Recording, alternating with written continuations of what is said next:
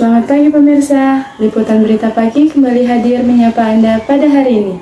Bersama saya Novia Safana Nabila yang akan menemani Anda dengan menghadirkan sejumlah berita-berita terbaru dan teraktual yang telah kami rangkum dalam liputan berita pagi hari ini.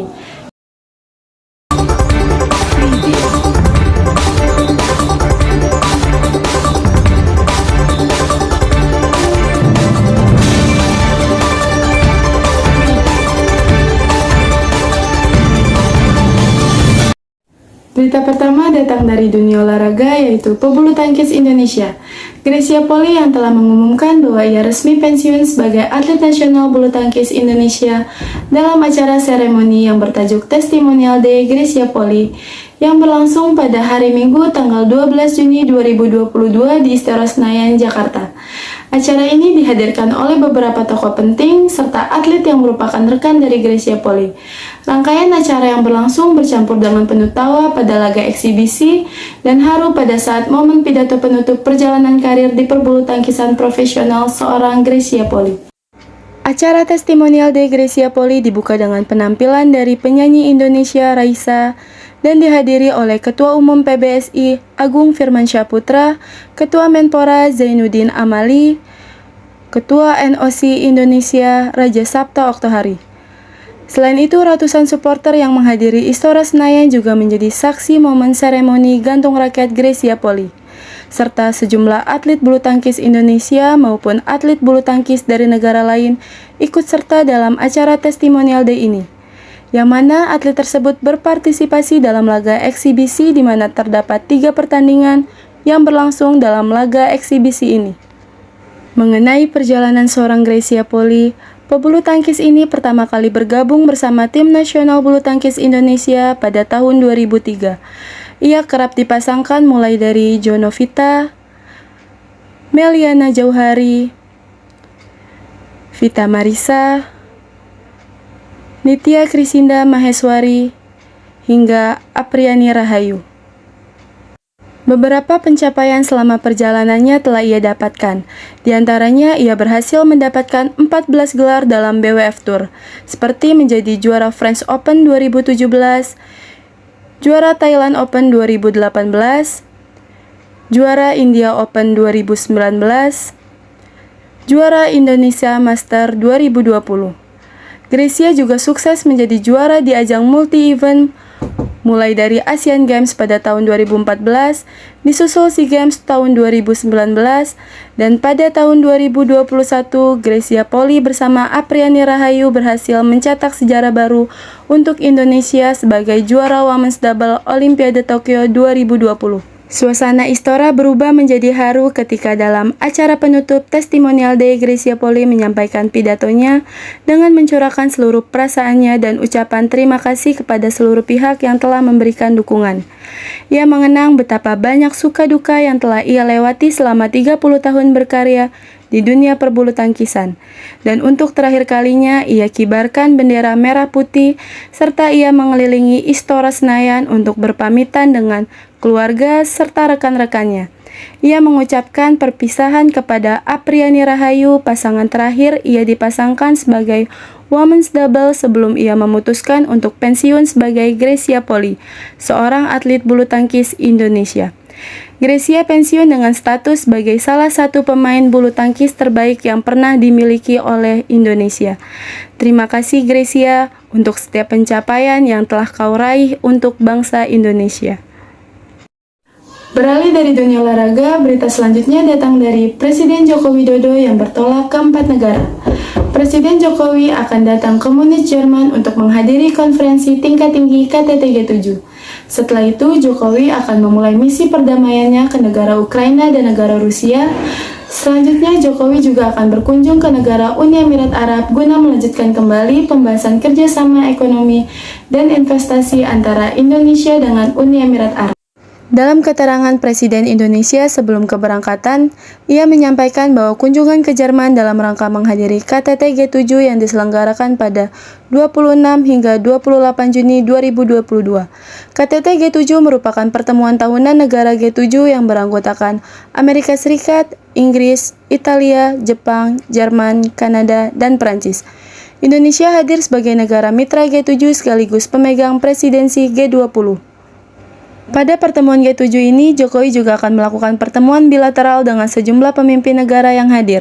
Seperti di sela-sela KTT G7, ia menggelar pertemuan bilateral dengan Kanselir Jerman Olaf Scholz. Ia membahas penguatan kerjasama ekonomi kedua negara, serta dukungan Jerman terhadap presidensi Indonesia di G20. Presiden Indonesia juga mengadakan pertemuan bilateral dengan Presiden Prancis Emmanuel Macron. Ia menyampaikan apresiasi atas upaya Presiden Macron mewujudkan perdamaian di Ukraina. Mereka juga membahas upaya penguatan bilateral di bidang ekonomi, pertahanan, dan industri strategis. Pertemuan bilateral selanjutnya, Presiden Jokowi berdiskusi dengan Menteri India Narendra Modi dan membahas upaya penguatan kerjasama di bidang pangan serta bersama menyerukan penyelesaian damai terkait situasi di Ukraina. Selanjutnya, bertemu dengan Perdana Menteri Inggris Boris Johnson, Jokowi juga membahas roadmap kerjasama bilateral yang sudah ada, lebih memudahkan dan lebih memperkuat hubungan kedua negara. Mereka juga sepakat untuk memperkuat kerjasama di bidang energi terbarukan dan ketahanan pangan. Pertemuan bilateral terakhir dilakukan dengan Perdana Menteri Kanada Justin Trudeau. Tahun ini merupakan peringatan 70 tahun hubungan diplomatik Indonesia dan Kanada. Indonesia dan Kanada harus terus mendorong spirit kerjasama, spirit kolaborasi, dan spirit multilaterisme dalam menghadapi tantangan global. Dari Jerman, Presiden akan memulai misi perdamaian ke negara Ukraina dan negara Rusia. Di dua negara tersebut, Presiden mengusung misi yang sama, yaitu mengajak kedua pemimpin untuk membuka ruang dialog atas perang yang terjadi antara dua negara tersebut dan upaya menghentikan perang tersebut. Langkah Presiden Jokowi memperlihatkan peran Indonesia semakin nyata dalam mengusahakan perdamaian. Sikap aktif Presiden Jokowi membuktikan Indonesia tidak hanya diam, tetapi sebaliknya memiliki keberanian dalam mengambil sikap. Selanjutnya, Presiden Jokowi berkunjung ke negara Uni Emirat Arab untuk melanjutkan kembali pembahasan kerjasama ekonomi dan investasi antara Indonesia dan Uni Emirat Arab.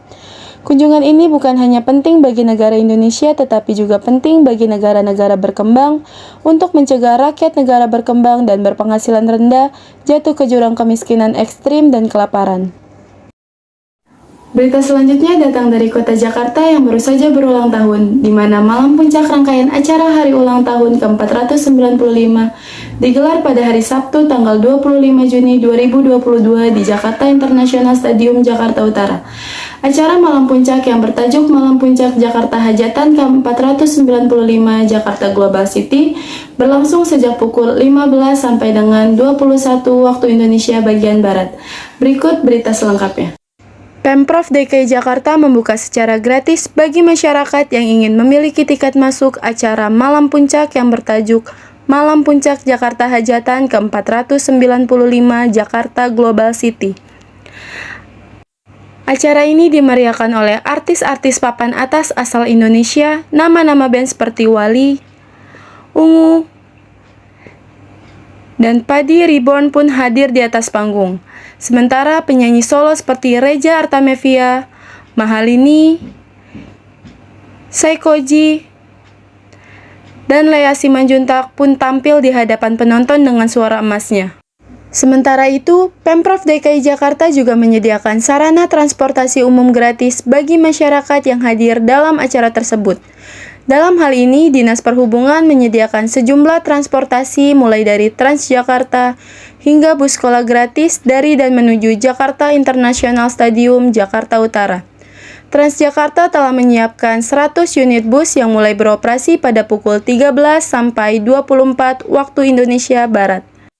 Dalam hal ini, Gubernur DKI Jakarta Anies Baswedan mengungkapkan sekitar 70.000 orang telah menghadiri puncak hari ulang tahun ke-495 DKI Jakarta yang dipusatkan di Jakarta International Stadium pada Sabtu malam.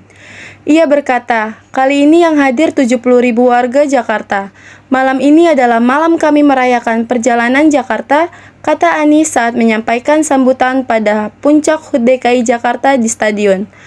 Gubernur Jakarta Anies juga membanggakan terwujudnya JIS karena dibangun 100% oleh anak bangsa sendiri. Baik, berita ini sekaligus menjadi penutup liputan berita pagi pada hari ini. Saya Novia Safana Nabila, pamit undur diri. Terima kasih dan sampai jumpa.